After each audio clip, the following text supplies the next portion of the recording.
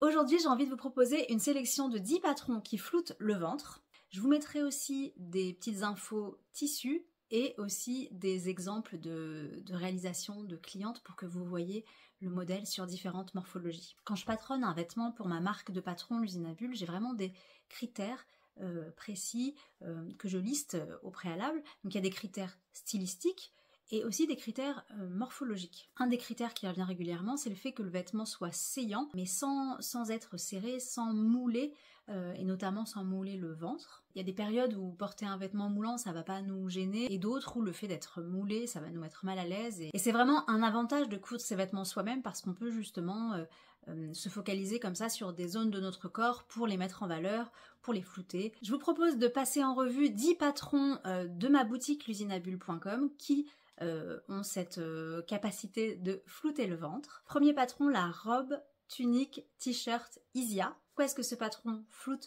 le ventre? En fait, c'est la coupe qui est très évasée et avec le tombé du tissu, c'est un tissu jersey, donc une maille extensible, ça apporte un petit peu d'ampleur au niveau du ventre. On peut, si on le souhaite, je trouve que selon notre morphologie, ça peut être un petit peu plus saillant de ceinturer cette robe. Si vous mettez la ceinture à l'endroit le plus creux de votre buste, l'endroit le plus fin, voilà, la zone du ventre se trouvera donc dessous, et le fait de blouser un petit peu au-dessus, en dessous, voilà, ça floutera, ça continuera quoi qu'il arrive de flouter le ventre. Moi c'est comme ça que j'aime la porter, mais je remarque sur d'autres personnes, c'est très joli aussi sans ceinture, parce que ça tombe bien. Je dirais que ça dépend vraiment des morphologies, puis aussi du tissu qu'on va utiliser. Plus le tissu sera épais, moins on aura besoin de mettre de ceinture. Un autre patron qui floute le ventre, c'est la robe Elia. Donc là, c'est une robe qui n'a pas de pince sur le buste, mais des fronces. Donc des fronces au niveau de l'épaule et des fronces au niveau de la taille. Et ensuite, il y a une partie jupe qui est évasée avec aussi des fronces au niveau de la taille, donc c'est resserré par un élastique. Donc les fronces sont travaillées pour ne pas être trop volumineuses, donc c'est vraiment une robe que j'adore, que je trouve hyper élégante, et pour le coup moi ça va vraiment bien à ma morphologie en A, puisque ça apporte un petit peu de volume sur le haut du corps avec les fronces, ça resserre bien la taille, enfin ça marque bien la taille, et ensuite c'est évasé sur les hanches. Elle floute le ventre grâce aux fronces qui vont apporter un petit peu donc de matière, de tissu, mais aussi grâce à la coupe, au patronage en fait de la partie jupe. Elle se coud dans une viscose ou un tissu similaire, donc ça c'est un tissu fin, fluide, avec un tissage assez serré, donc ça a vraiment un chouette tombé, et donc ça participe aussi quand on utilise une matière fluide à flouter certaines parties du corps. Un autre modèle que j'adore porter l'été ou le printemps avec un grand gilet dessus, c'est la robe Iris. On peut aussi en faire une blouse. Donc pareil, une matière fluide, ce sera plus agréable, plus joli, mieux pour le tombé. Et ensuite cette robe, elle se porte soit sans élastique à la taille, soit avec un élastique à la taille. Donc là vous l'aurez remarqué, toujours le même principe, un élastique à la taille qui va venir froncer un tissu fluide pour flouter sans apporter un volume au niveau du ventre. Donc on reste sur quelque chose de saillant, mais de très confortable. Ou selon votre morphologie, si vous préférez la porter sans l'élastiquer, c'est aussi possible. Donc cette robe, je l'aime beaucoup pour sa coupe générale au niveau du buste et de la partie jupe, mais j'aime aussi beaucoup voilà, les petits détails sur les épaules avec les demi-cercles. Pour changer un petit peu, je vous propose un cardigan, c'est le cardigan Eco. Donc là l'idée c'est d'avoir un gilet avec une découpe à la taille, ce qu'on appelle une basque sur la partie basse du cardigan, et on vient froncer cette basque et ça apporte un petit volume, mais qui reste aussi grâce au patronage saillant. Une autre robe que j'adore porter l'été parce qu'elle est bien large, bien ample, c'est la robe Éole. On peut la faire en version robe et aussi en version tunique. Cette robe elle est géniale, cousue dans un tissu fluide, donc type viscose, donc un tissu fluide, fin et avec un tissage serré. Je trouve que c'est dans ce genre de tissu qu'elle a le meilleur rendu. C'est un modèle qui est assez ample, aussi bien au niveau du buste qu'au niveau de la partie jupe. Moi je la porte toujours avec une ceinture, je trouve que c'est comme ça qu'elle rend le mieux sur moi en tout cas. Cette robe n'est pas élastiquée à la taille, mais moi je la porte toujours avec une ceinture pour voilà, apporter de la structure à ma silhouette. Mais après c'est tout à fait possible, si vous aimez sur vous, de la porter très large, et l'été notamment c'est hyper agréable parce que comme ça il y a rien qui nous, voilà, qui nous serre, qui nous touche le corps. Une autre idée de patron qui floute le ventre, c'est la blouse robe Nova. Donc là c'est un patron avec une découpe sous la poitrine. Donc cette fois-ci c'est pas au niveau de la taille, au niveau du creux de la taille. Ça permet de laisser finalement encore plus d'ampleur au niveau du ventre, plus d'aisance. Après, selon votre morphologie, c'est peut-être pas une découpe qui vous conviendra, à voir, enfin voilà, selon ce que vous aimez. Cette blouse, moi je l'avais cousue dans des doubles gazes de coton, mais après c'est possible dans plein de matières différentes. Donc on a une blouse qui est assez près du corps au niveau du haut du buste et qui va après s'évaser à partir de dessous la poitrine. Ensuite, un modèle que vous avez adoré, qui a eu énormément de succès, c'est la tunique haut. Donc là c'est une tunique qui a une forme assez près du corps sans être non plus moulante, mais sur le haut du buste, et qui s'évase à partir de la taille avec une basque comme le principe du cardigan que je vous montrais tout à l'heure. C'est une blouse qui est assez saillante sur le haut du corps et qui ensuite a une découpe au niveau de la taille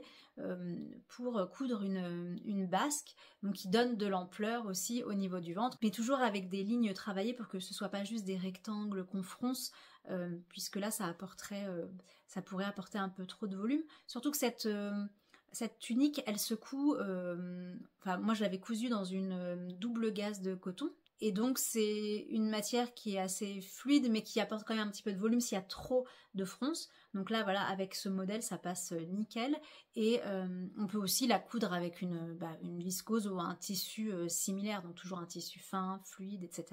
Un autre modèle qui floute le ventre, c'est le Sweet Lotus, toujours le même principe, une découpe au niveau de la taille, une basque. Alors cette fois-ci, la basque, elle n'est pas du tout froncée. C'est un travail plutôt en arrondi pour que, ensuite, une fois cousue, la basque volante, en fait, et donne un petit peu de volume, mais sans rajouter ce volume au niveau des fronces, puisque là, il s'agit d'un tissu, une maille, type sweat, type molleton, et donc il faut surtout pas ajouter de l'épaisseur, et là des fronces, voilà, ça créerait trop d'épaisseur, donc j'avais eu cette idée de la basque un peu volantée comme ça, et je trouve que ça a un rendu hyper sympa, assez original, et voilà, et ça floute le ventre, mais ça reste quand même extrêmement saillant. Maintenant on passe au sweat Aya, qui est un sweat assez long. Il existe aussi en modèle